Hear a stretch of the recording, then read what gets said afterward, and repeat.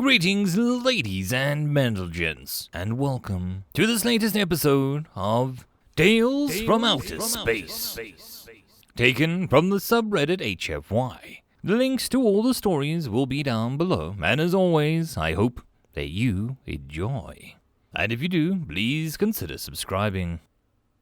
Pretty Little Deathworlders, a message to humanity, written by Gifted Earth. The High Senate of the Stellar League was held on a planet of union, which had been settled especially for this purpose. There was no sapient or close to sapient races native to the Union systems. This, combined with the mild climate and the stable geology, made it a fine location to build a High Senate and conduct interspecies meetings.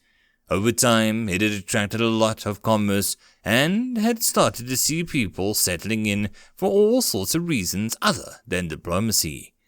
Union's population now numbered somewhere between 2 and 3 billion. Not the most developed planet then, but still noteworthy. Every species in the Stellar League had at least one representative on the Union, save humanity for obvious reasons. It was a cultural, political, and linguistic melting pot, the likes of which had never been seen before. The first human to set foot in Union was Ambassador Mika Yamada, shortly followed by the rest of the human diplomacy party, including some reporters who couldn't believe that they'd be the ones to get the story. They were greeted by none other than Ambassador Venevale of the Fifth House. He had aged somewhat since his famous presentation on the development of humanity, but he was still well-built and proud. Venevale stamped his 4 hooves in a customary greeting. Yamada bowed and then offered her hand to his shake.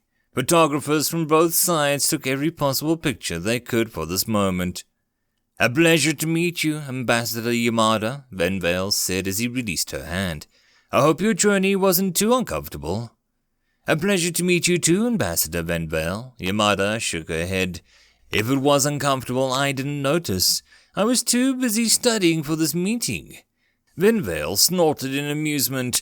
He turned and gestured for the humans to follow him into the main High Senate building. They did so, and the conversation continued as they walked. "You make it sound like we're going to test you. I don't know alien customs, for all we know you might." Yamada's mouth quirked upwards in a slight smile. "Besides, I doubt that I could get a full picture of galactic politics and culture from just 6 months spent on research station while our bosses were getting all of the paperwork done." "Ah yes, the research station, which I'm told has already produced 2 trade deals, both involving beverages." Venevale snorted again and looked on Yamada's face. "It seems I was right about you. You're doing just fine as a whole." They entered the main foyer of the High Senate. The building itself was a large dome, with 4 structures jutting out of each cardinal direction that were used as the foyers. This was the largest of the 4, the grandest. It had been designed to decorate the doozy architects and designers, which says all that really has to be about its appearance. Yamada's jaw dropped. She quickly picked it up again. The inner walls resembled an iridescent scales, or perhaps overlapping leaves given by the creators, that reflected the light form of hanging lamps in every hue visible to every known species.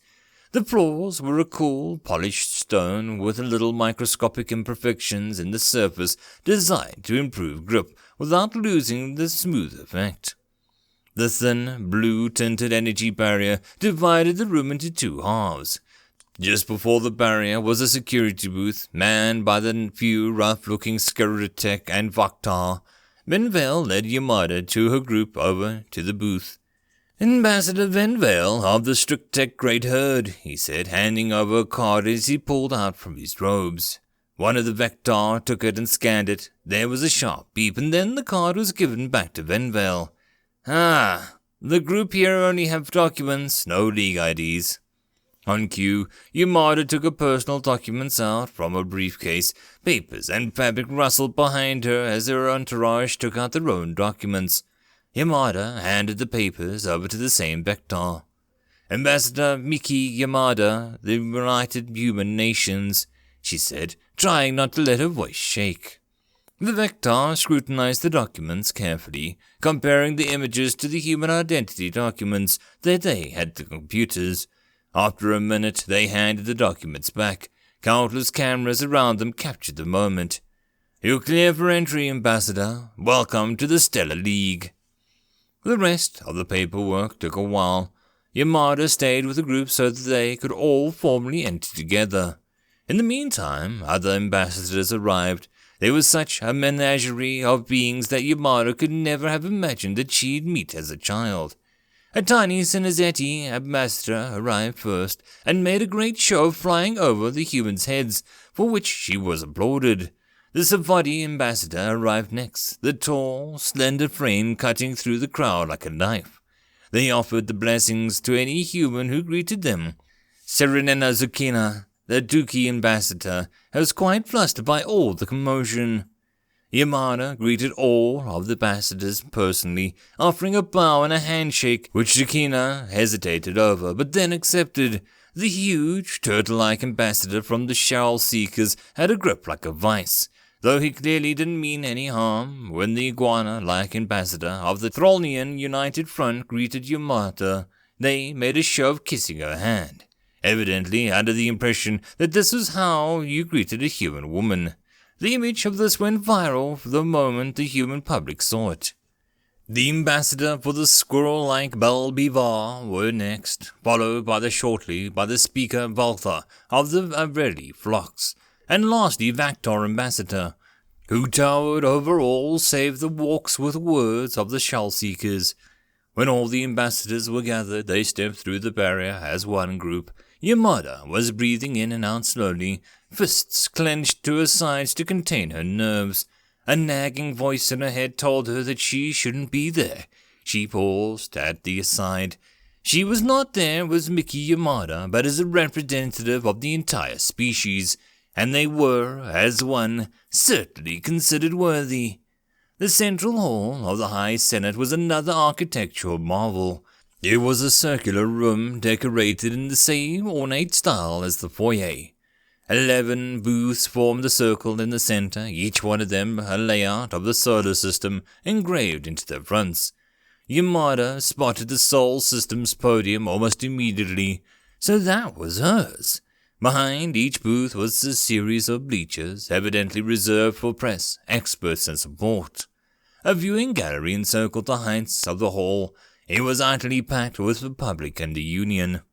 Yamada took a seat in the marked booth. The chair she sat at was very plush and comfortable. She saw from her new vantage point that every single booth had a very different style of chair to fit its occupants. Say, for the Venevel booth, or the Stritect did not sit down. The positioning was excellent. She had a good view of all the new colleagues. "All present, please settle for the proceedings to begin." The voice was metallic and came from all around the room. It was the AI chair of all the High Senate meetings, used to ensure impartiality. Every species was encouraged to give it a different nickname. The humans held a vote and settled on Polaris, though Goldus, Ohal 9001, Totally Not Skynet, and Jerry McChair had all come close. Perhaps the internet poll hadn't been the greatest idea. "Thank you. Proceedings are now ready to begin. This is a special session of the High Senate of the Stellar League. Its purpose is to formalize the entry of the United Human Nations, natives of the planet Earth in the System Sol, into the League. Ambassador Yamada will represent the United Human Nations in these proceedings." Yamada nodded and stood. "I would like to thank you all again for the way that you have accepted us into the stars," Yamada said. "Humanity has dreamed of finding intelligent life outside of our homeworld for a very, very long time, but we were always concerned that this life would become hostile. I and my people are delighted to learn that this is not the case." The human delegation behind her started up a round of applause, which was soon followed by a bellowing, hooting, and cheering from the other delegations. Yamada waited for them to finish before continuing. "Now we have reviewed the agreement sent to us by the League." Yamada paused as she thought of how to phrase it. "It is more than acceptable. In fact, it seems a little too good to be true. That isn't to say that we suspect wrongdoing at all. It's just a little bit odd that this deal seems to be better than the ones that you have given every other species that joined the League after its inception. We don't want to cheat our new friends." Deathly silence. Eventually, Zistel Dalpreminar rose from her own feet. "The League is in a better position now than it has ever been," she said. "Previous deals were based on difficulties of integrating a huge new state into our League. Now we are better established and more to the point. Humanity only has 2 systems. Most other new entrants had at least 5 by the time they were identified. It doesn't seem right to give you the same deal." A solid answer, and one that was totally believable. Except that Yamada absolutely 100% didn't believe it. Humanity would be given more systems, more technology, more leeway on League taxes. The only thing that was equal in the different deals was their military contribution. Yamada had a funny feeling that they really wanted humans like them for some reason. She thought back to the toxins incident and smiled. "Well, that does make sense, but as I said, I have absolutely zero desire to cheat you when you've been so gracious. I've discussed this with the world leaders, and we've decided that as a sign of goodwill, we will reject this deal and insist on the same one that you gave to the others." Again, stunned silence. This was broken by another thunderous round of applause. The other ambassadors stared at Yamada in shock, save for Venvale, who had a knowing look at his face. "Are you sure?" Polaris asked, and the chaos died down. "Is that your official declaration on this motion?" "Yes." Venvale beamed.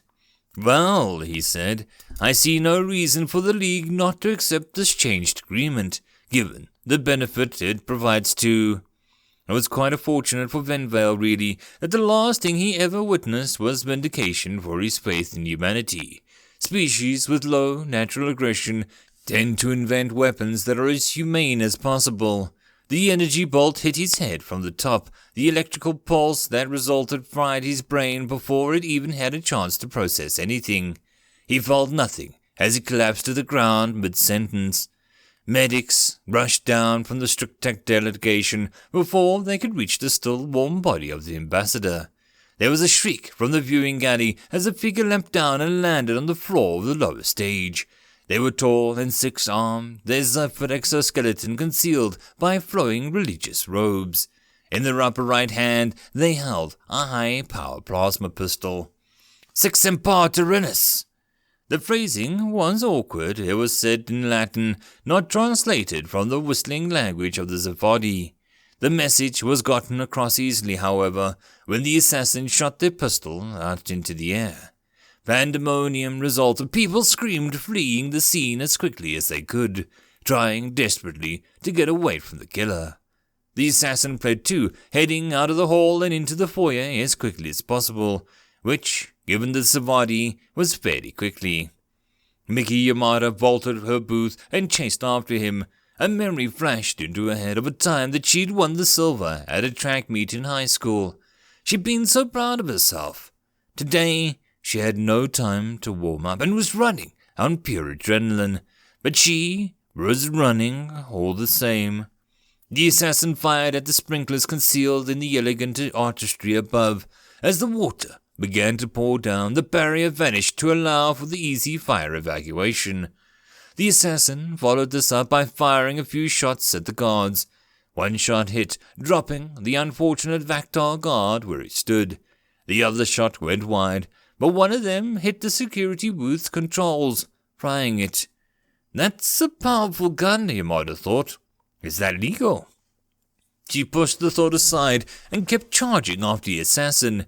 They rushed out of the building, out to the League Plaza. The plaza was built on a hill overlooking the capital union, Liberty. A long flight of stairs cut down the hill, leading to the glimmering skyscrapers of the city. The assassin made for the stairs, waving their pistol wildly to scare off the passerby. Yamada pushed through the fleeing crowd outside, fighting to keep her eyes on her target. The sound of roaring engines filled her ears. Shuttle ship was descending in a couple 100 meters from the edge of the plaza. The side door was open and another Zyphod was leaning out, gesturing to the assassin. The assassin stopped and pulled out a grappling hook gun. They aimed it at the shuttle and fired. The hook was not attached to a physical line, but instead a warping line of energy. It flew out farther than it should have and latched onto the shuttle's side. "Oh no, you fricking don't," Yamada roared. She launched herself at the Zavadi and tackled them just as they pulled the recall button on the hook. Yamada pulled back hard, arms wrapped around the Zavadi's middle. They screeched in alarm and tried to hold onto the line, but biology won out. Between the force and the quickly fleeing shuttle and the force of a very angry predator pulling them down, the Zavadi assassin's weak shoulders segmented joints gave out and dislocated. The assassin screamed and let go out of instinct, sending both bug and human tumbling to the ground. Yamada pulled herself on top of the assassin and pushed them down, holding them on the stairs, the steps of which were undoubtedly digging into the already pained Zavadi's back. Above them, the shuttle sped away, abandoning the captured crew member. "Why?" Yamada demanded. "Why would you attack the Ambassador Venvale?" "Let me go," the Zyphod howled. "I need to hear her. I need to hear her." "Ambassador Yamada," Polaris's voice was coming through Yamada's translation gear. "A security team is on their way. Are you harmed?" "No, I'm filed. Is Venvale?" "I'm sorry, Ambassador Yamada. Ambassador Venvale is likely killed instantly." The High Senate had reconvened after some time to remove the body and calm the people, but the topic of discussion was no longer humanity's entry into the League. Venvale's former assistant, Yendanala, had taken his place and was in a state of utter fury. "You have a lot of explaining to do, Zyphod," he spat. "Hold on," Yamada said, raising her scraped hand. "Just because the assassins were a Zyphodi doesn't mean that the holy Zyphod constituencies are at fault." Ambassador Gadrain of the Ninth looked quite sheepish for a bug. "We appreciate your faith, Ambassador Yamada, but Ambassador Yendanala has every right to be upset with us. You see, we are eusocial. Each one of us is born knowing their purpose. We have personalities and interests and identities of our own, but we work together as one group. If one Zyphod is planning something, they have dozens of assistants, and every Zyphod in the area is aware. Except that we weren't. I swear on the Mother Gods we weren't aware." "A likely story." Yendanala stomped his forehooves in anger. "How could you not be aware? It's a biological impossibility." "That does appear to be the case, Ambassador Galdreen," Polaris said in a neutral tone. "I must ask the Destructor Ambassador to calm down, however. Without an explanation as to how the Zyphodi delegation could not be aware of this assassination attempt, severe sanctions may have to be put into place." Ambassador Krolklagen, an Atrakian from the Thrallian United Front, stood to speak. "I am curious about the words spoken by the assassin before his departure. They did not translate, and they certainly weren't any directly spoken to Zanzia." Yamada stood up. "You didn't understand that?" "No," Krolklar said. "Why, Ambassador Yamada, did you?" Well, sort of. It's a human language that hasn't been spoken outside of science for centuries. I don't speak the language, but I know that phrase. It means thus always to tyrants, or rather, that bad things always befall those who oppress others.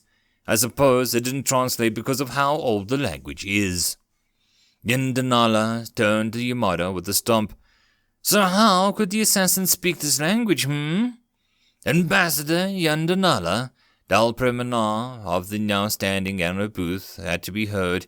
"You can't seriously be accusing the United Human Nations of being involved, can you? Venvale was the first and biggest supporter." "You're right, of course. I apologize, Ambassador Yamada." "Apology accepted. Tensions are running high." "Excuse me, ambassadors, but the head of the security team would like to contribute to the discussion." The door swung open and the Stricter in body armor walked in. He stomped his hooves in a salute pattern. "Honored ambassadors," he said. "During our interrogation, the suspect he went into convulsions and expired. The autopsy is not yet done, but a preliminary body scan revealed that he had been biologically altered. That caught everyone's attention. The armored structure continued. More specifically, some of the neural connections in his brain had been cut. We believe that he had been purposely disconnected from the Zavadi hive mind. Galdrain shrieked in horror. Disconnected, Yamada said. It means, oh goodness, who would do such a thing? The Galdrain was shaking like a leaf. Certain cranial injuries can cause a person to become disconnected from the hives, and from the Mother God's voice. Most do not survive the shock. Some survive in a catatonic state. All others develop a severe mental conditions caused by the trauma of loneliness. More importantly, if he wasn't connected to us, you couldn't have known, Yendanala completed, sounding remorseful. I actually feel a little sorry for that killer now. But who would do such a thing? Zakira mused out loud. Moreover, why was he speaking a dead human language when that would have been physically quite difficult for him? If he was speaking a human language, was it to message to humanity? Killing off the biggest supporter, and why use a lobotomized the body to do the job? Yamada rubbed her temples. Her hands and knees still stung from where she'd scraped them on the steps. Something about the situation stank, and she was going to get to the bottom of it. End of story number 1. I hope that you enjoyed, and if you did, please consider subscribing. If you wish to support the author, there is a link to the original story, so pop over there and give him your support. If you wish to support this channel, however, there are a few ways to do so. The best and easiest would be to share this video with other people, as well as liking, subscribing, and leaving a comment. All of these things tell the algorithm that this channel is at least vaguely interesting, and that may share it with other people. If you wish to support the channel in some other manner, watching my other videos would also help tremendously. Or, if you really like, there is a link down below to leave a tip or to join the Patreon. Any and all support is very much appreciated. And I hope that you all have a good one until the next time, and I'll see you then. Cheers.